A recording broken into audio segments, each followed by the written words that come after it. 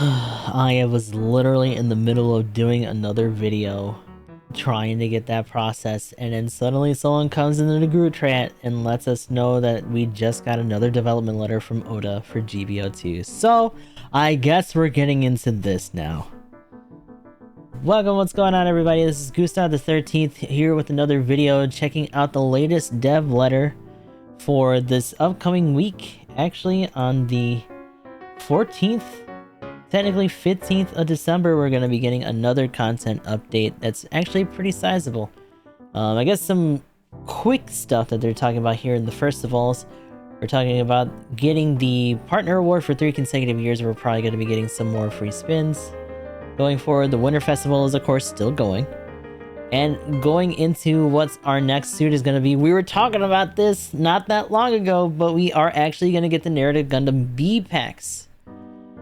So that is going to be our next one here. It is apparently a suit that's not gonna say what it is. Damn.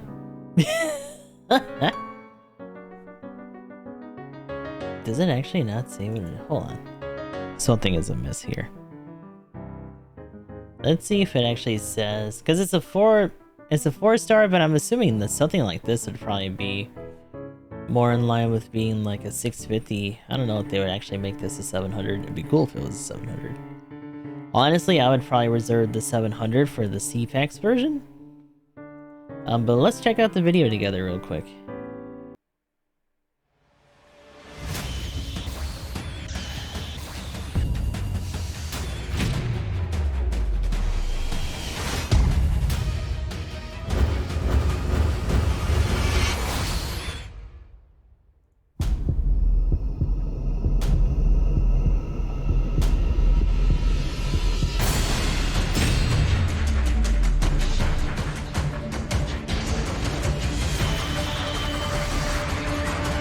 Actually, outside of rocking that bazooka, is it actually running 2 different shield missile sets in there?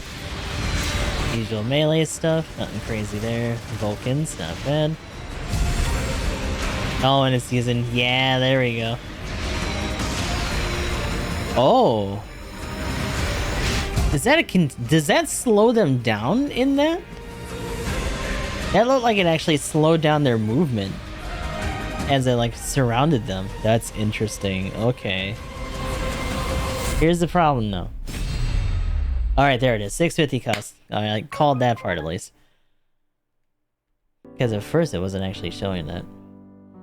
So we're talking a 650 suit here. And I really want to see more about that field that it's got going on. Because it looks like it's gonna actually be able to like keep people in that area slowed down. Maybe even just delay other actions and stuff, kind of like Birdline, maybe? But of course, along with this, we're going to be getting some more PvE stuff. So the trial is going to be Scrawny Hunter. You get to try out the suit, as well as some other stuff in there as well. This mission, players will be able to operate the scheduled Narrative Gundam B packs, and phases progress in Andrew Stein of Zoltan, which has fierce battle with the Narrative Gundam, will also join the fray. Special weapon Wired Assault Unit will also be available for use, and can be used for all range attacks, just like the Incom, etc. Furthermore, it can also deploy the very same special field it used to capture the Phoenix by the original story, and within GBO2 it has used as a weapon that deprives the mobility of units who get in contact with the field. Experience the power of hunting and chasing a Phoenix. It says deprives them of mobility, and from what we saw in the video, I'm assuming that just means that it's going to be slowed down, maybe delayed inputs or whatever. So that'll be interesting to mess around with when we actually get our hands on it, hopefully. Or at least when we start seeing it more in the field.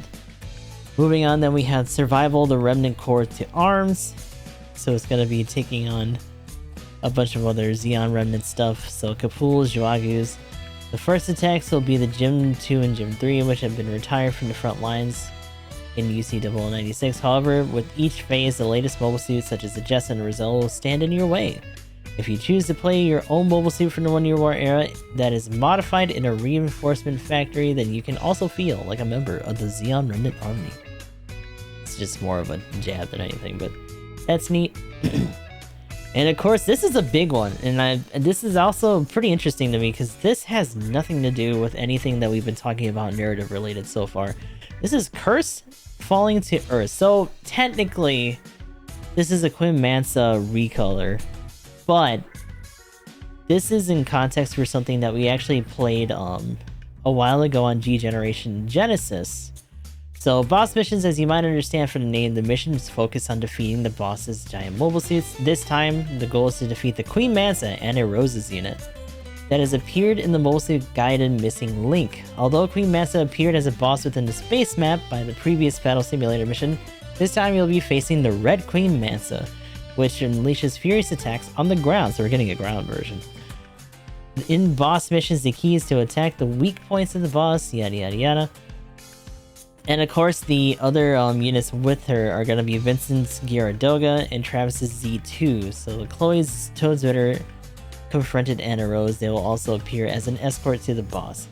So this is kind of a follow-up, a later follow-up to Missing Link, which we actually did play in G-Gen. And Anna Rose Rosenheim was originally, I want to say... yeah, she was the Psychomuse System Zaku's pilot. I want to say it was also, she was essentially the Bishop pilot. But if we go further down, we see here in the next combat engagement of the Marcosius Corps, her suit was destroyed by the Pale Rider, and Anna Rose was presumed dead until she reappears in 0090 as a Queen Mansa pilot for the Glummy faction. Upon encountering Close Gross's Hades Toadsritter, Vincent Gleisner's Gyaradoga, and Travis Kirkland in the Z2, Anna Rose starts to attack them, blaming Vincent, former captain of the Marcosius unit, and Chloe, former pilot of the Pale Rider, for the death of Albert Bell, along with most of the Marcosius unit during the Battle of Abaoku. The battle ended with the mutual destruction of the Queen Mansa and the Toadsritter. Chloe and Anna Rose, who finally come to terms with their past, both ejected and were rescued by Vincent and Travis. She's last seen chatting with Travis over a meal at the Bistro Gleisner. So even in this encounter, they essentially survive. But it's kind of cool to see because I don't think in G Generation Genesis, I don't know if this encounter is actually something that you can unlock. And that's one hell of a time skip. You're talking about 0079 to 0090. So it's actually really cool. At first I was like, is this just like a weird recolor? But no, actually story-wise, that's pretty neat. It'll be cool to see that. It kind of makes me wish that situations like this actually had voiceover or some sort of character exchanges too, just to kind of add some more spice to it. But you know, it is what it is. People who know what it is know what it is. So hopefully this is neat. It'll be interesting to see if it does any kind of different attacks or anything on ground. Also the big Marcosius emblem on the front there too as a nice nod. Last but not least, the update file will be this week. Moreover, various parameter adjustments as well as battle results are implemented each month alongside that, but that will be coming up later on this month. So for right now, it's mostly just the PvE and also us getting the B parts, or the B packs. I'm really hoping that we get some of the other packs, as well as especially the C pack with the Psycho Frame and all that stuff. The problem is that the other pack is very mobile armor-ish, and I'm kind of wondering if they're gonna bother with that at all. I want them to, but I know they're not very prone to doing space-only suits anymore, so that might be out the table, but we'll just have to see. So that is the latest update. Hopefully you guys enjoy this later on in the week, and we'll be definitely trying our best to cover as much of this as possible, more than likely doing more PvE stuff as well, which means another reminder, if you haven't done your PvE stuff for the current run, for whatever reason, or maybe you're doing a new account or whatever, be sure to get that done now before the actual banner turns over so that you can actually get that and then move on to the other rewards. So that is all for now. So until next time, this is Gustav the 13th signing off. I'll talk to you all in the next one.